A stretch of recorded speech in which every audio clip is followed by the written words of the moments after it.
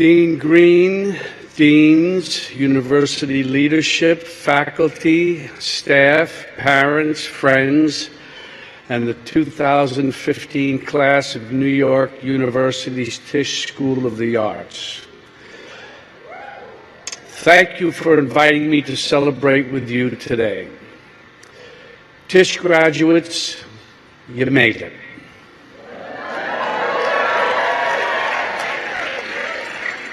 And you're f***ed.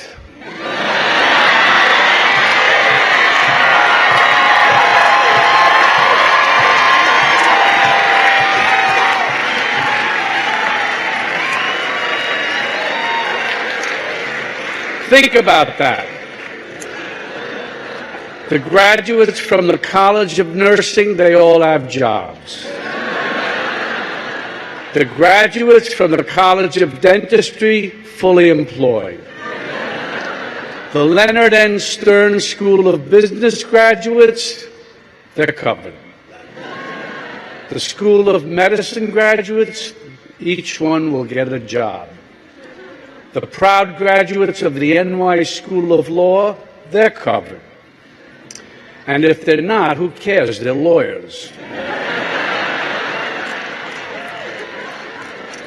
The English majors are not a factor.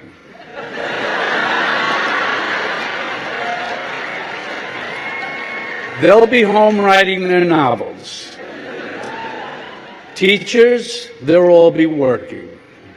Shitty jobs, lousy pay, yeah, but still working. The graduates in accounting, they all have jobs. Where does that leave you? Envious of those accountants? I doubt it. They had a choice.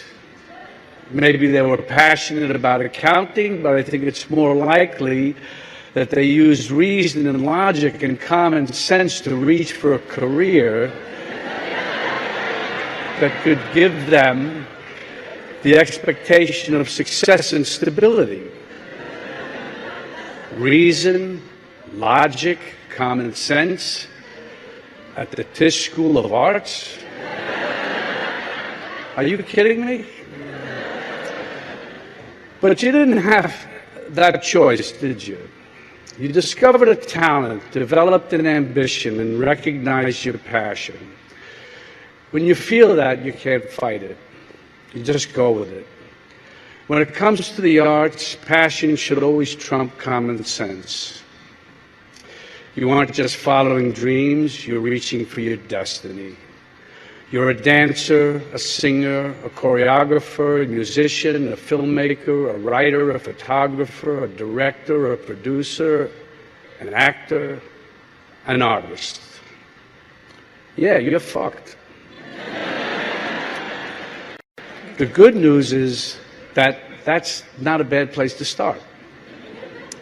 Now that you've made your choice, or rather succumbed to it, your path is clear. Not easy, but clear. You have to keep working. It's that simple. You got through Tisch, that's a big deal. Or to put it another way, you got through Tisch, big deal.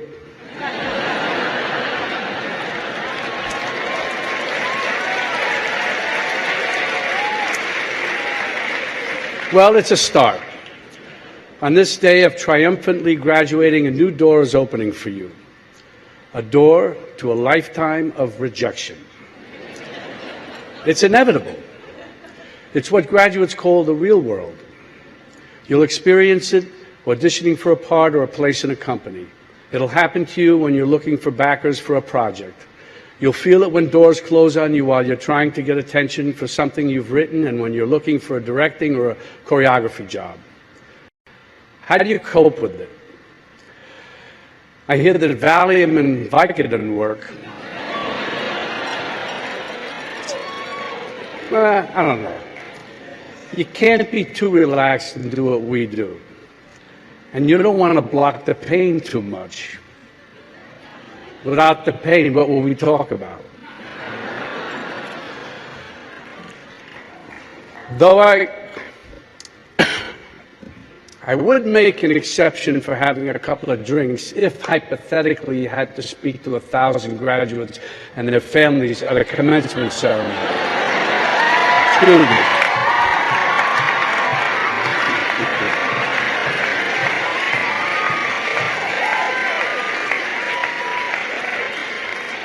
Rejection might sting, but my feeling is that often it has very little to do with you. When you're auditioning or pitching, the director or producer or investor may just have something or someone different in mind. That's just how it is.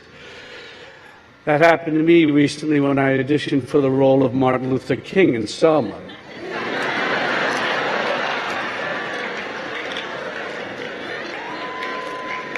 Which was too bad because I could have played the hell out of that part. I felt it was written for me. But the director had something different in mind. And you know, she was right. It seems the director is always right. Don't get me wrong, David Oyelowo was great. I don't think that I would have cast a Brit, but I've got two more stories. These really happened. I read for Bang the Drum Slowly 7 times. The first 2 of the 3 times I read for the role of Henry Wiggins, the part eventually played by Michael Moriarty. I read for the director, I read for the producer, then they had me back to read for another part, the role of Bruce Pearson. I read for the director, I read for the producer, I read for the producer and his wife. I read for all of them together. It was almost like as long as I kept auditioning, they would have time to find someone they liked more. I don't know exactly what they were looking for, but I'm glad I was there when they didn't find it. Another time I was auditioning for a play. They kept having me back. I was pretty sure I had the part, and then they went with a name. I hated losing the job, but I understood. I could just as have easily lost the job to another no-name actor, and I also would have understood. It's just not personal. It can really be nothing more than a director having a different type in mind. You'll get a lot of direction in your careers, some of it from directors, some from studio heads, some from money people, some from writers, though usually they'll try to keep the writer out of at a distance. And some from your fellow artists. I love writers, by the way. I keep them on the set all the time.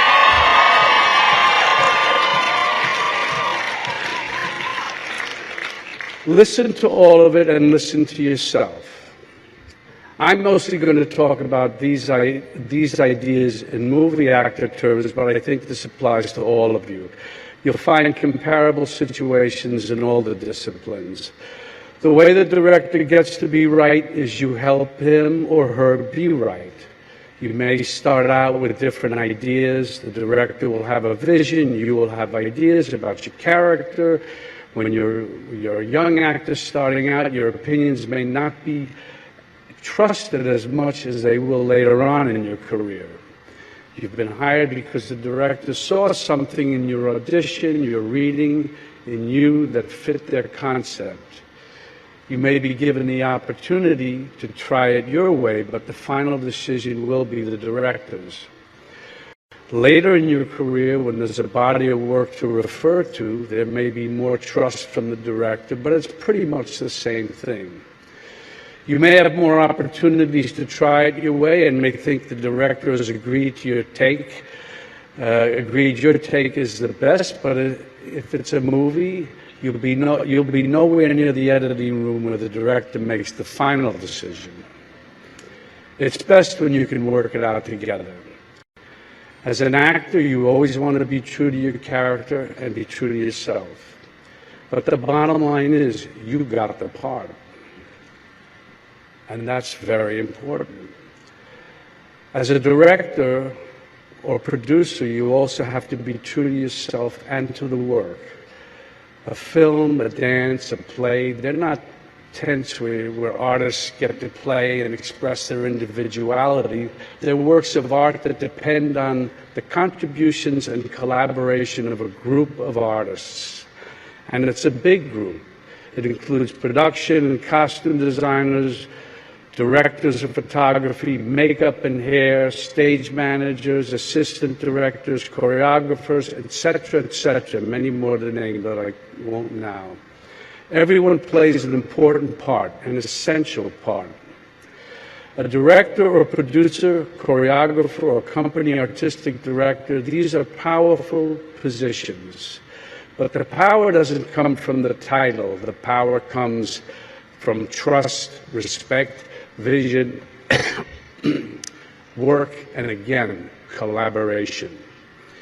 You'll probably be harder on yourself than any director. I'm not going to tell you to go easy on yourselves. I assume you didn't pick this life because you thought it would be easy. You may have to answer to a director for a job, but you also have to answer to yourself. This could create conflicts for you.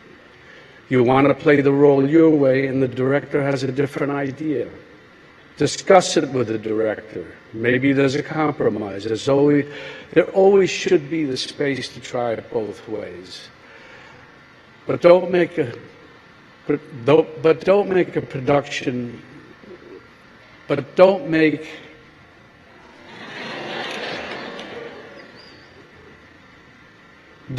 a production out of it. I guess this is some typo here because it's not a democracy.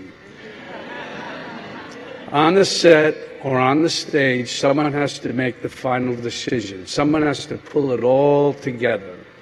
That's the director. So don't be obdurate. No one's going to see you do it in the quote unquote right way if you're not on the stage or in the movie. I can answer the question that's on all of your minds right now. Yes, it's too late to change your major to directing. While preparing for my role today, I asked a few Tisch students for suggestions for this speech. The first thing they said is keep it short. And they said it's okay to give a little advice, it's kind of expected and no one will mind. And then they said to keep it short. It's difficult for me to come up with advice for you who have already set upon your life's work, but I can tell you some of the things I tell my own children. First, whatever you do, don't go to Tisch School of the Arts. Get an accounting degree instead. Then I contradict myself. And as corny as it sounds, I tell them don't be afraid to fail. I urge them to take chances, to keep an open mind, to welcome new experiences and new ideas. I tell them that if you don't go, you'll never know. You have to be bold and go out there and take your chances. I tell them that if they go into the arts, I hope they find a nurturing and challenging community of like-minded individuals, a place like Tisch. If they find themselves with a talent and a burning desire to be in the performing arts, I tell them when you collaborate, you try to make everything better, but you're not responsible for the entire project, only your part in it. You'll find yourself in movies or dance pieces or plays or concerts that turn out in the eyes of critics and audiences to be bad, but that's not on you because you will put everything into everything you do. You won't judge the characters you play, and you shouldn't be distracted by judgments on the works you are in. Whether you're working for Ed Wood or Federico Fellini or Martin Scorsese, your commitment and your process will be the same. By the way, there will be times when your best isn't good enough. There can be many reasons for this, but as long as you give your best, you'll be okay. Did you get straight A's in school? If so, good for you, congratulations. But in the real world, you'll never get straight A's again. There are ups and there are downs. And what I want to say to you today is that it's okay. Instead of rocking caps and gowns today, I can see all of you graduating in custom TSOA t-shirts. On the back is printed, rejection. It isn't personal. And on the front, your motto, your mantra, your battle cry, next. You didn't get that part? That's my point. Next. You'll get the next one or the next one after that. You didn't get that waiter's job at the White Oak Tavern?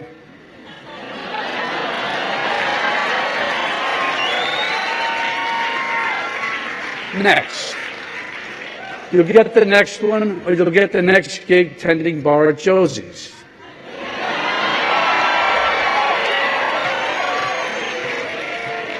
You didn't get into Juilliard? Next. You'll get into Yale or Tisch.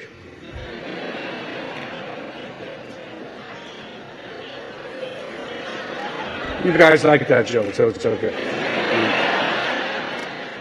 No, of course, choosing Tisch is like choosing the arts. It isn't your first choice, it's your only choice. I didn't attend Tisch, or for that matter, any college, or my senior year of high school, or most of the junior year.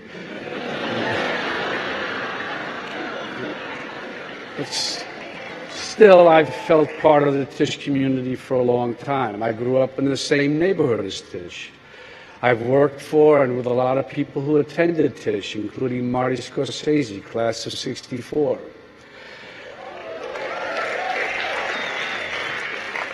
As you learn your craft together, you come to trust each other and depend on each other.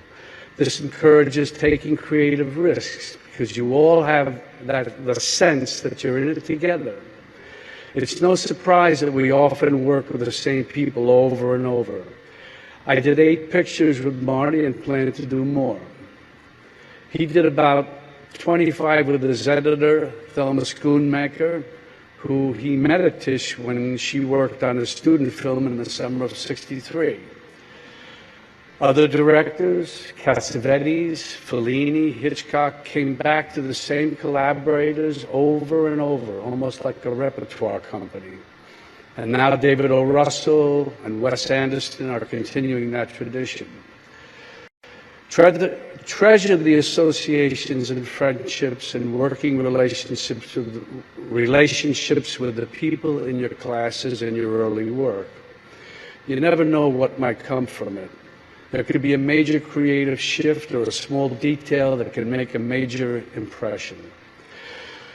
In Taxi Driver, Marty and I wanted Travis Bickle to cut his hair into a mohawk, an important character detail. But I couldn't do it because I needed long hair for The Last Tycoon that was starting right after Taxi Driver, and we knew a false mohawk would look, well, false. So we were kicking it around one day at lunch and decided to give it one shot with the very best makeup artist at the time, Dick Smith. If you saw the movie, you know that it worked. And by the way, now you know it wasn't real. Friendships, good working relationships, collaboration, you just never know what's going to happen when you get together with your creative friends. Marty Scorsese was here last year speaking to the 2014 graduates. And now here we are, on Friday at a kind of supersized version of one of Allison's student lounge hangout sessions. You're here to pause and celebrate your accomplishments so far as you move on to a rich and challenging future. And me, I'm here to hand out my pictures and resumes to the directing and producing graduates.